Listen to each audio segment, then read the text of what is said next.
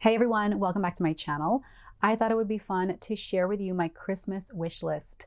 There is a very funny TikTok trend of parents recording their kids sharing their wish list with the parents. And some of the older kids, like the preteens and teens, it's a legit PowerPoint presentation. The parents are on the couch, the kid is presenting this whole slideshow on the TV and every slide is a different, sometimes expensive item, and sharing what they want and like the reasoning.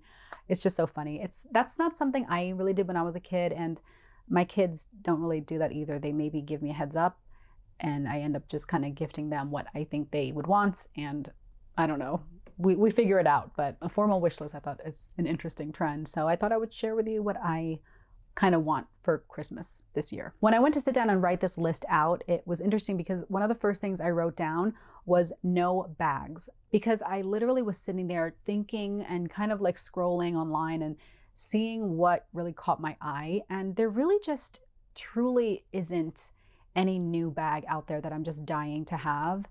And I'm at a point in my bag collection, my bag journey, there's really nothing I need and nothing I even kind of want. Everything's just, I don't know. I'm not trying to be pessimistic. I'm just like, I really don't like a lot of the new collections that are out there. I feel like every time I see a new Louis Vuitton collection, I just completely roast it. They have the new denim collection that is completely overpriced. The new Pharrell Williams men's collection is just, it's atrocious, I think, most of the pieces to me. I'm not really feeling anything. I'm very content with where I am. But then as I was going into this next category, which is jewelry, then I was like, okay, there is one bag I might consider. And that's because I have a very specific item from Bulgari on my wish list, Bulgari jewelry. And because I just purchased this year my first Bulgari handbag, it was the serpentine top handle. I absolutely love it. It is a work of art. I wore it to my high school reunion this year. I wore it to a black tie wedding. I get compliments everywhere I go. Sometimes I'll just wear it to the mall just to actually, get more use out of it. And people come up to me and are like, I love your bag. And I'm like, oh my God, thanks, I love it too, it's Bulgari. So when I was considering the Bulgari handbag, I was debating between that and a necklace, which I ended up buying the necklace after the bag. I bought the bag first, and then I was like, I still want the necklace. So I bought the necklace. But I bought the bag, and when I was debating between that serpentine top handle, I was also debating between the serpentine mini tote. I tried it on when I was traveling through Qatar and Dubai, and then the Bulgari shops in like Toronto when I visited Canada. And I really like the tote. I love the little snake design. It goes so well with the jewelry. It goes well with my Rene Calvia heel boots. It just is such a cool design, the way the snake kind of wraps around and forms the handle of the bag. So I bought the top handle, but I also am considering getting the mini tote. So right now that's tentatively on my wish list, maybe. Now, what I've really been into recently is fine jewelry. I just love jewelry more than handbags. It's just what I'm eyeing. It's my vibe. I'm really into the Bulgari Serpenti collection. I have the ring, the bracelet, the watch, and I don't have, and the necklace, but I don't have any earrings because when I was looking at the collection, they only had pretty much two that I would even like, I wouldn't even consider one of them because it was so outlandishly expensive because it was like diamond, fully diamond encrusted. But the Serpenti earrings were kind of like, it's hoop earrings. They had that, but it was only pave diamonds. And I don't really like to have a lot of diamonds everywhere. So I didn't want that. Plus it was like $10,000 or $11,000. It was kind of crazy. But I just saw that they came out with a different version where it's only diamonds on the head and the tail of like the snake as it wraps around. And that one, it's still expensive. It's like $4,000 or $5,000, but I really like it. So that's on my wish list. We'll see. Another kind of vague item on my wish list is blue topaz jewelry. Now, the thing with Christmas and my Christmas wish list is my birthday is also in December. And so I can often kind of split things up, whether I get something on my birthday or for Christmas. So for either my birthday or Christmas, I usually get a piece of jewelry with blue topaz for either from my husband or my mom or just myself. And this year, I don't know if there's anything really specific I feel like I'm always getting targeted ads for blue topaz jewelry during the month of December, and everything just looks so pretty. I love blue, so we'll see. I don't know. There's nothing really in particular that I'm eyeing. I got a lot of blue topaz jewelry over the years, and so I'm really trying to make an effort to wear it more before I just am gifted or gift myself another piece of blue topaz jewelry. And then the last piece of jewelry on my wish list this year is from a brand new designer that I just stumbled upon during my Black Friday shopping when I was in store, but I just now love the brand. And the brand is John Hardy. I had never heard of the brand. I mean, I feel like I might have seen it around or maybe have seen the name listed on websites. When I saw the brand in store initially, I was like, is he related to Ed Hardy? Because if that were the case, that's just like an immediate no, pretty much. But they're not related. It's a different independent jewelry designer. The company is based out of Bali, and I love the designs. I specifically love the dragon collection. I also like the surf collection, which is like organic, wavy kind of designs. And then I fell in love with the spear bracelet. I tried it on in store. It's such my vibe. I just love it. I love the design. It's kind of like a bypass cuff bracelet, but it's flexible. And then it has this diamond pave band that keeps it closed. It is so pretty. It's so pretty. I almost bought it just in store, and I'm usually not like that. I don't make big impulse purchases like that. And because it was a brand new designer, I was like, let me research this a little more. And as it turns out, John Hardy is carried at Nordstrom. And as it so happens, I recently got a huge Nordstrom reward note. They had a promo last month where if you spend $3,000 on designer stuff, you get a $1,200 credit or something like that, or $1,500 credit, I forget. And I bought stuff. So I should be getting the credit soon. So I believe with that huge Nordstrom reward, basically it turns into like, it's like a gift card. I might end up getting the John Hardy spear bracelet for myself for Christmas. I have some tech stuff on my wish list this year. I'm not the type that has to upgrade my phone every single year. I do have an iPhone. I have the iPhone 14 Pro Max, and I just got it last year. And before that, I had the iPhone 12. So I only really upgrade my phone every other year or so. So I fully wasn't expecting or to want a new phone upgrade this year. The iPhone 15 came out like in September, and it wasn't even on my radar because I was fine with my 14 Pro Max.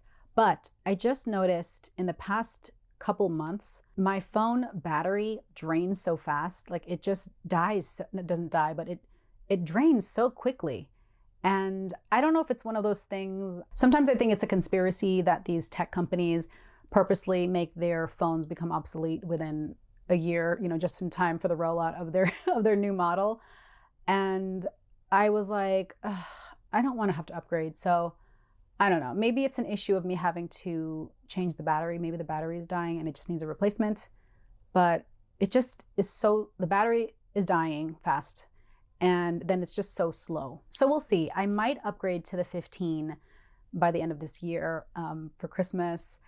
If not, if at the rate that my phone is going, something's got to give. Either it needs a new battery replacement or I might end up upgrading it maybe in the spring. I don't know. But let me know what you guys think. I think the iPhone 15, there's been like feedback where it's not that great. I don't know. I don't know if it's worth it, but it's on my short list, I guess. And then I also want to get a couple new cameras. I want to get a new underwater camera. I have some trips tentatively scheduled next year, and I am looking forward to being at the beach, on an island, in tropical weather, snorkeling, maybe scuba diving, and I do want some really good underwater footage. Years ago, when I first got certified in scuba diving, I had an underwater camera and it wasn't the best, and the pictures were okay, and the cameras are long gone now, but I know that like camera qualities has only gotten better since then. So we'll see. I think the ones I'm considering this year are a GoPro, I think are the really recommended underwater cameras. So we'll see. And then I really want to get a drone camera. I really want some amazing, incredible like landscape photography, video done. I will be traveling to the Philippines again next year, and just a lot of other exciting places. I don't want to jinx anything, but I want to take some really nice photos, you know, photos of the water, photos of the landscape. And there's this luxury travel vlogger that I follow, Nicole Sunderland, I think is her name. She takes the most incredible, like breathtaking videos and photos. And I literally messaged her. I was like, I love your page. Please tell me what drone you're using. And she recommends the DJI Mini Pro 3. And then I started going down the rabbit hole of drone like YouTubers and reviews. And so many people recommend that specific drone if you're taking just like personal, you know, recreational, like you're not a commercial drone videographer. If it's just for your own personal use, but you want to be able to have something that's compact enough for travel, they recommend the same one. It's the DJI Mini 3, and it is not cheap. I'm willing to put a little bit of money into it because I do want some good footage, and I don't want it to just crash and burn and then drop into the water and then disappear and break. So, you know, there are some very, very budget drones, but obviously if I'm getting it, it's for the purpose of taking photos and video and, you know, memories. I'm not flying it just for the sake of flying it. It's not just a toy. So I think this one, it starts at like like 470, but if you get the version where it has the remote control with the screen built in, it's like $600. So we'll see. But I think with the cost per use, it'll be worth it. So that's on my list. I have some beauty on my list, even though I have been getting a ton of beauty products and perfumes. And then some other perfumes on my list are the new Cloud Pink or Cloud Blush by Ariana Grande. I smelled it in store and it's so good. It's so sweet. I don't know how else to describe. I don't know what the notes are. It's just so good. I think I gravitate towards sweet perfumes. Another one I tried in store when I was at Ulta, just trying out different perfumes. It's the new Juicy Couture Juicy Sucre, like sugar. And it is in this little cupcake bottom. It's so cute. The bottle is so cute and it smells delicious, like a little cupcake. I also want the new YSL Libre in the silver bottle. I think it's called Platine. That also is just like Libre, but sweeter. I don't know, I guess I like sweet perfumes. Oh, and then from Dior, I recently purchased the Bon Toile, the baby fragrance. And they also had the hydrating moisturizer and a cleanser, like a cleansing foam. Those sold out, so that's on my wish list. But for that, I probably will wait until there's another amazing gift with promo. I just shared a Dior, like the best Dior gift that they ever have gifted. And I would have loved to buy the baby stuff because it was a $500 purchase to get the gift, but it was sold out. A couple things for the home, and I feel like I've had this on my list for a while. I want a hammock. We don't have a hammock. I do have an egg chair that the kids use, but we have a really nice sunroom. It's screened in, so I just want a hammock so I can just chill. And then for our front porch, we have a bench. Actually, our neighbor gifted us a bench, so I really just need to get the padding for it. But I really want a swinging porch bench.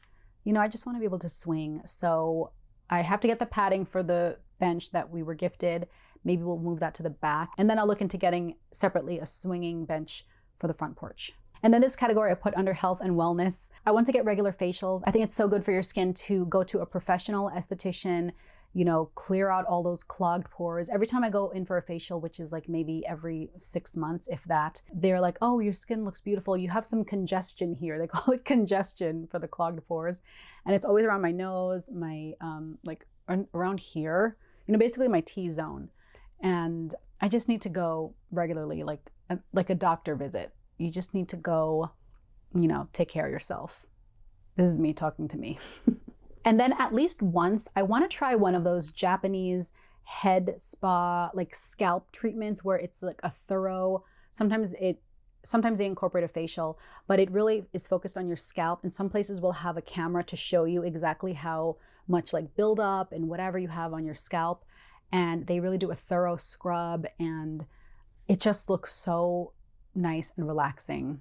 I think there are a few places here in Atlanta, but I really need to get that done. And then finally, travel. We are really making up for lost time.